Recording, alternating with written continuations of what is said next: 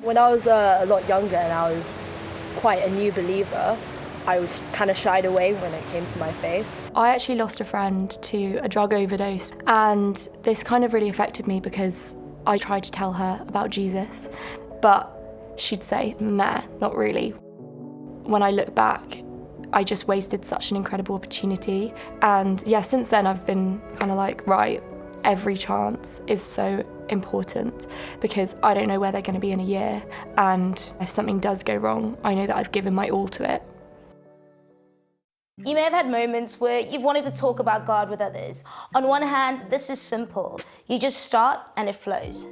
But on the other hand, it can be so hard because at times we quickly run into a whole bunch of challenges and emotions. Totally. We're afraid of offending others or being rejected or not having all the answers. Yeah, I've been there. Sharing my faith hasn't been easy. It's made me feel like, gosh, I have to have it all together. And frankly, I don't. So what does it look like for us to talk about our faith with our friends who may not believe the same thing as we do, but to do it in a way that's respectful and kind? What are some next steps we can take that don't feel overwhelming or forced?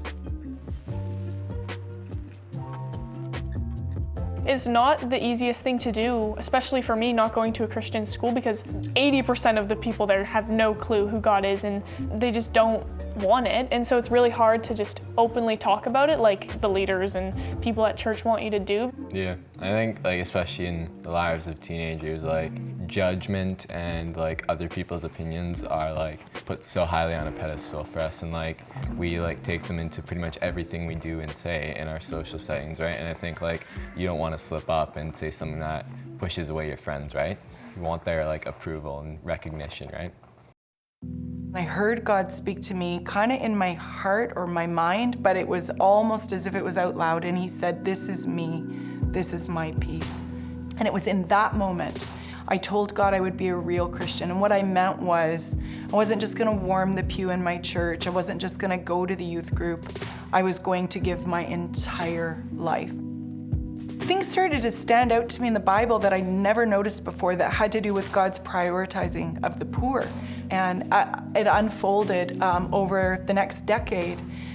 Giving my life in that context, I began to encounter Jesus. Mother Teresa always says this. She said, people think I go to the poor to be Christ to them. What they fail to understand is I come to meet Christ in them. And so my encounters with God in that community were radically transformative for me, not just through me.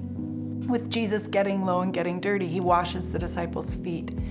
And he says, if you know this path of serving, being like me in this, being the least, you'll be the greatest. And I've found that when I am willing to journey with Jesus into the hardest places, the most uncomfortable, the seediest, or with the people that are the most challenging, that make me uncomfortable, I keep meeting Jesus there. I do not know how to describe it, but in Matthew 25, he says, when you've done it to the least of these, you've done it to me.